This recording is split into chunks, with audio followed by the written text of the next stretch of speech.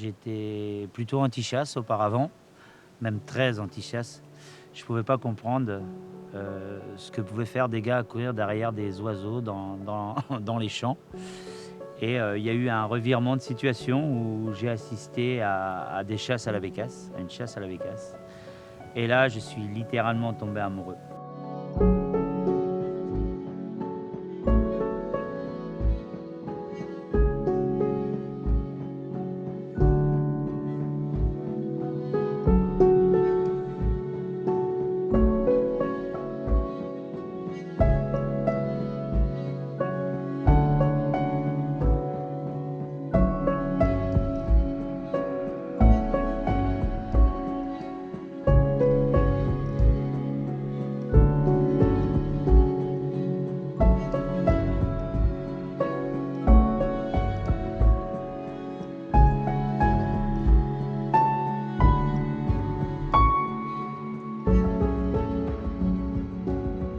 Hier, nous sommes sortis pour voir un petit peu sans fusil, hein, pour voir un petit peu la densité qu'il y avait d'oiseaux. Donc nous avons des très beaux endroits, hein. Nous sommes en Bretagne quand même, nous sommes sur le secteur de Dinan. C'est des endroits, Côte d'Armor, qui sont quand même réputés pour la bécasse.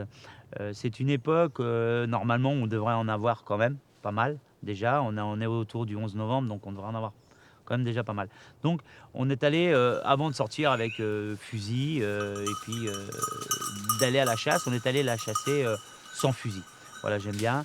Donc voir un petit peu ce qu'il y a comme densité d'oiseaux. Et on a pu constater dans un biotope qui était magnifique, idéal, qu'il y en avait très peu, puisqu'on a dû en voir 3, il me semble, 3 oiseaux, et qui normalement, à cette époque, à cet endroit-là, on aurait dû faire 10-15 oiseaux. Somewhere far away, I wanna go where they don't know my name. Get out of town, 'cause I can't take no more. And this old town has got nothing left for me. All I've got are these broken memories. This new road I finally broken free. I'm getting restless, waiting for my day to come. I've been talking about leaving for way too long. Je suis vraiment ému, tu vois, c'est super, un super travail. Ah, cette passion, quoi. Truc de fou. C'est vrai, un truc de fou, je te promets, c'est un truc de fou. Je suis content. On pensait qu'elle était partie, elle avait piété. Max? Max? Max?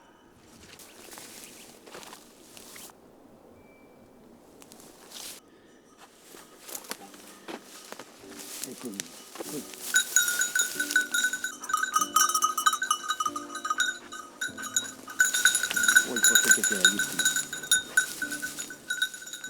Aujourd'hui, on est allé sur une communale.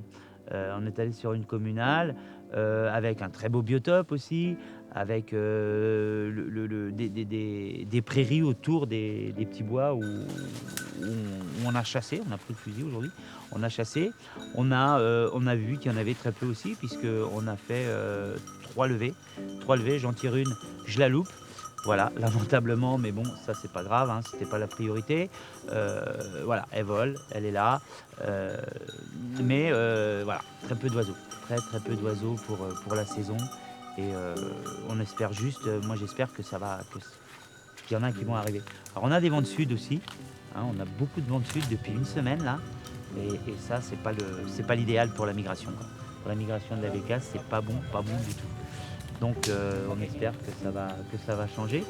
Et il y a une autre chose aussi, je pense, alors je ne sais pas si les passionnés de bécasse pensent la même chose que moi, je me rends compte que les couloirs migratoires changent aussi au niveau de la bécasse.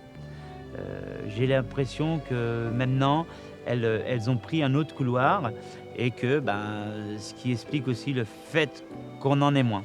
Alors tout ça conjugué, le climat, les couloirs, le beau temps, les vents du sud, ben, ça fait que voilà, on n'a pas ce qu'on devrait avoir.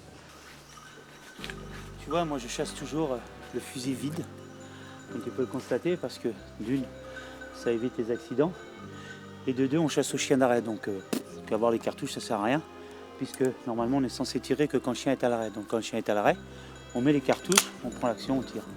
Voilà, donc aucun intérêt d'avoir des cartouches avant. Sinon on chasse pas au chien d'arrêt.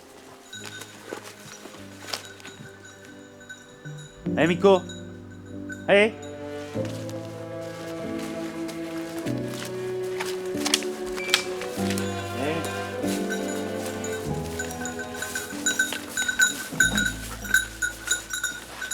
Allez, allez, allez, allez.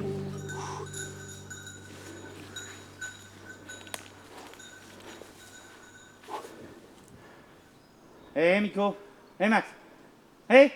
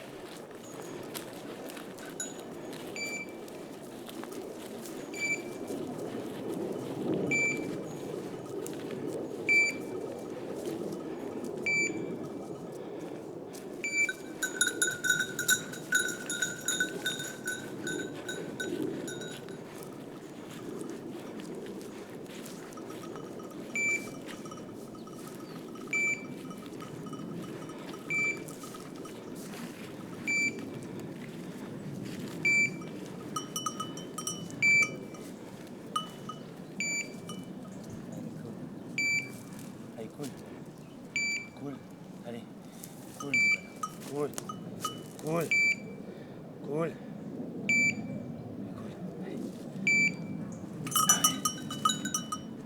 Cool. Cool. Cool. Cool. Allez. Allez. Cool. Allez. Allez.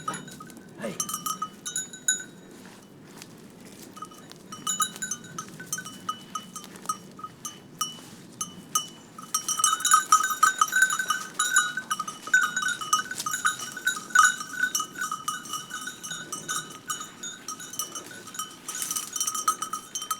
Va voir, Miko. Va. Va dedans, Miko. Qu'est-ce qui s'est passé là? Alors là, ils étaient en arrêt, il doit y avoir une place chaude, il y a quelque chose qui était là, tu vois. Là, ils cherchent. Je sais pas ce que c'est. Une place chaude, mais de quoi? Non.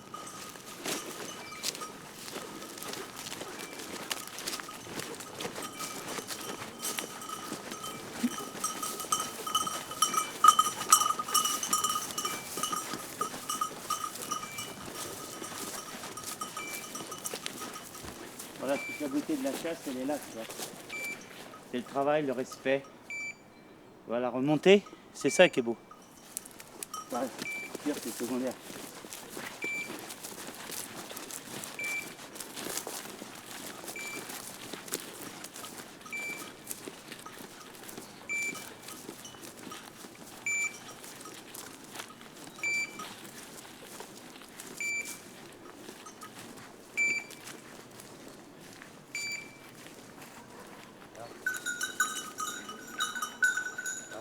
Va voir.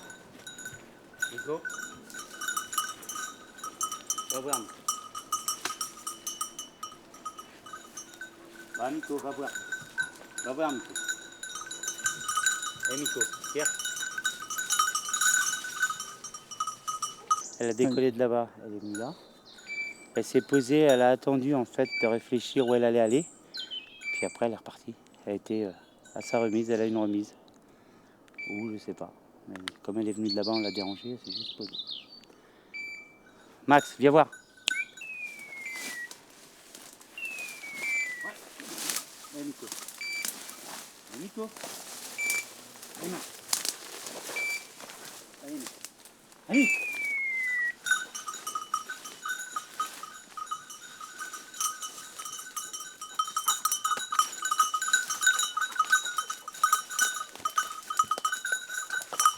Allez Max, allez, trouve-la Max, allez, elle est où là?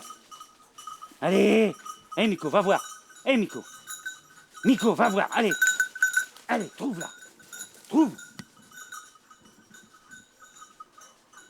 La piété, tu vois, regarde.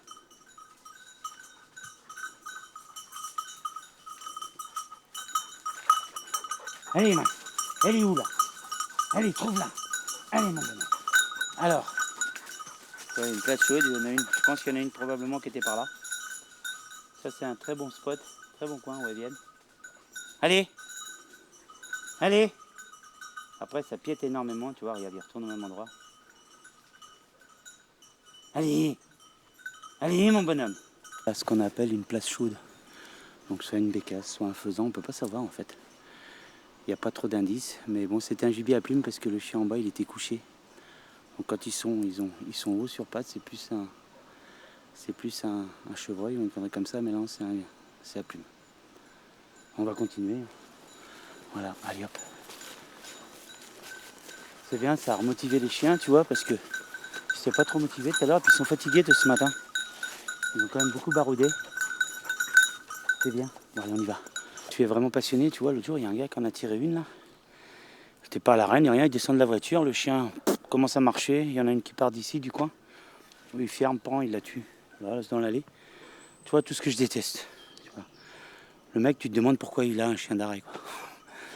Et c'est là qu'est la beauté, c'est que moi, je tire jamais une bécasse qui n'est pas arrêtée, quoi. Elle passe, ben, je la laisse passer, puis je la retrouverai plus loin. Mais voilà, s'il n'y a pas d'arrêt, il n'y a pas de bécasse. Tire pas. C'est ce qui fait la beauté, hein. C'est la passion.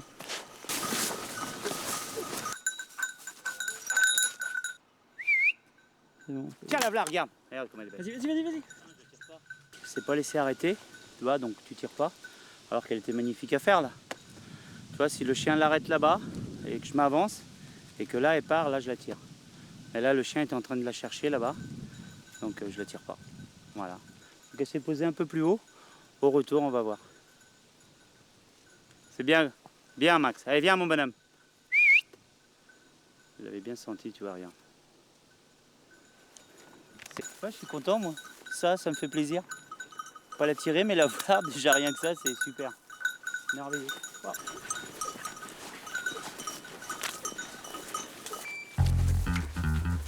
Cool.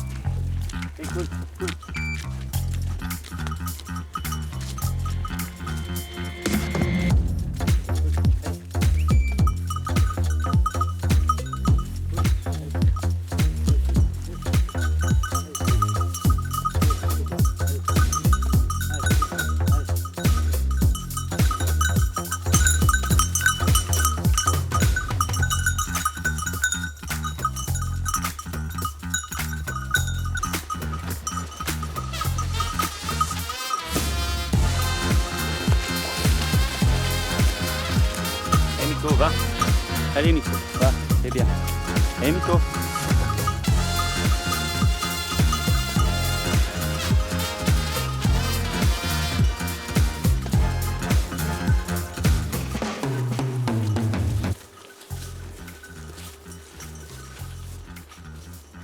Allez Max. Allez. Donc là tu vois le chien il est en train de faire les rampants. Ça m'évite d'avoir à le faire. Là, il fait tout le rampant là. Voilà.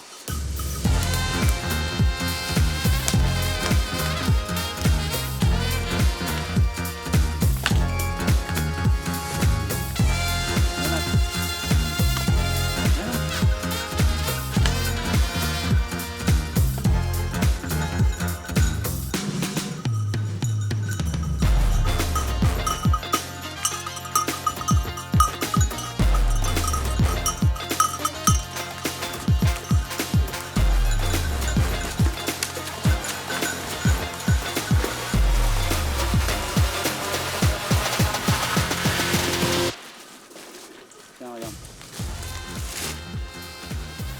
Ils en ont enlevé une.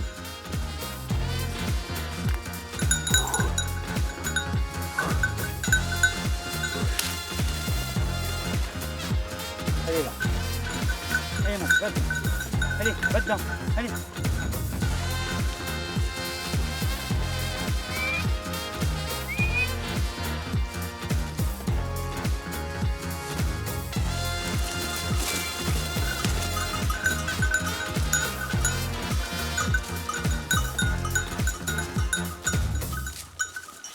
Je me vois pas chasser avec un chien qui me chasse, qui est dans mes pattes, parce que ça, pour moi, c'est pas de la chasse.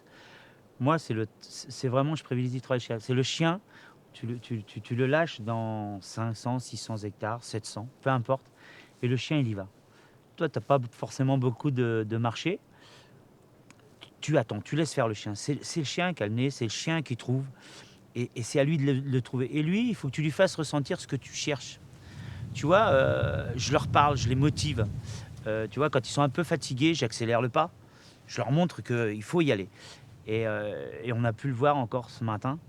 Ils étaient fatigués depuis hier qu'ils chassent. Et tu vois, ils y vont. Et ils battent du terrain. Il faut qu'ils battent du terrain. Ils battent du terrain.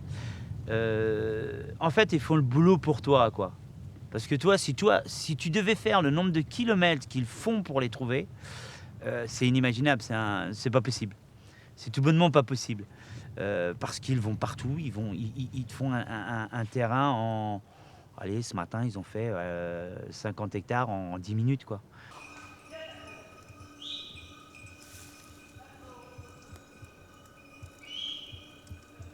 Voilà ma façon de chasser en fait. Je laisse faire les chiens, je laisse travailler les chiens et après j'y vais. Soit j'arrive à temps, soit j'arrive en retard, mais peu importe. C'est ça qui est beau. Ils vont où ils veulent, ils font ce qu'ils veulent. Ils sont en totale liberté.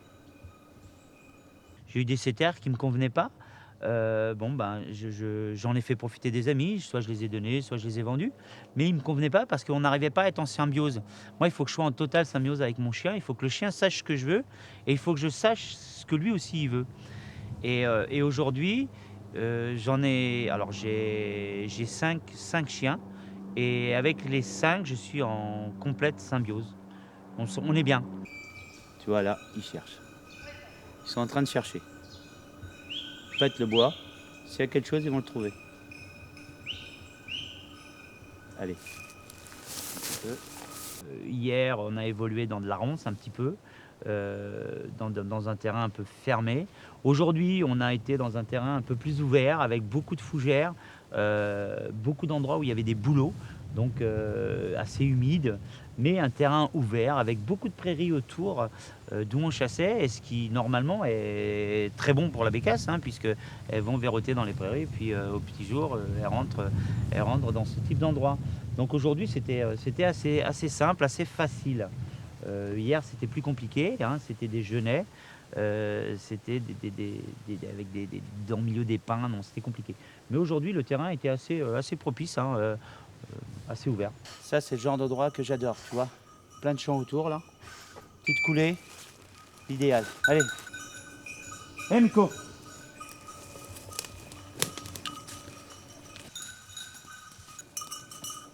Ça, c'est beau parce que c'est un endroit qu'elles affectionnent particulièrement. Ça, c'est boueux. Et elles y trouvent de la nourriture facilement.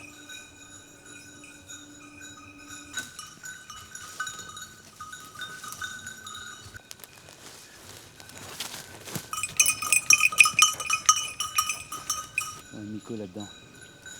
Tu vois, c'est là où en fait les émanations commencent à sortir. Et en général, c'est vrai que les premières bécasses, souvent on les trouve aux alentours de 10 heures. Pour qui, pourquoi? Je sais pas, mais c'est souvent ça.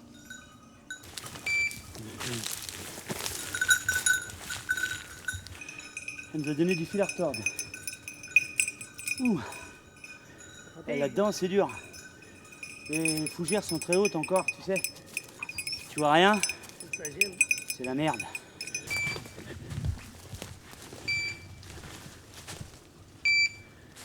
Allez là, je vais voir.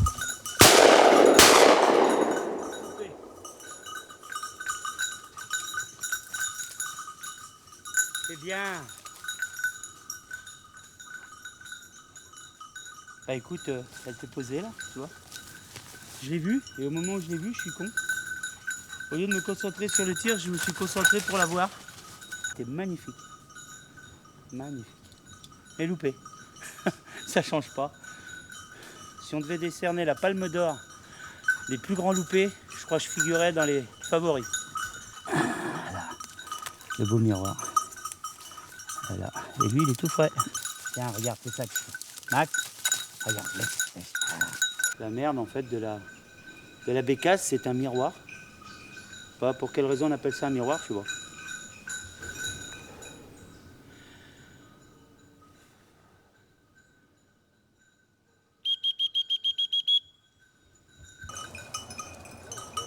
J'ai voulu passer du temps avec mon père, qui était un grand bécassier, hein, et qui est toujours un grand bécassier, qui chasse plus malheureusement.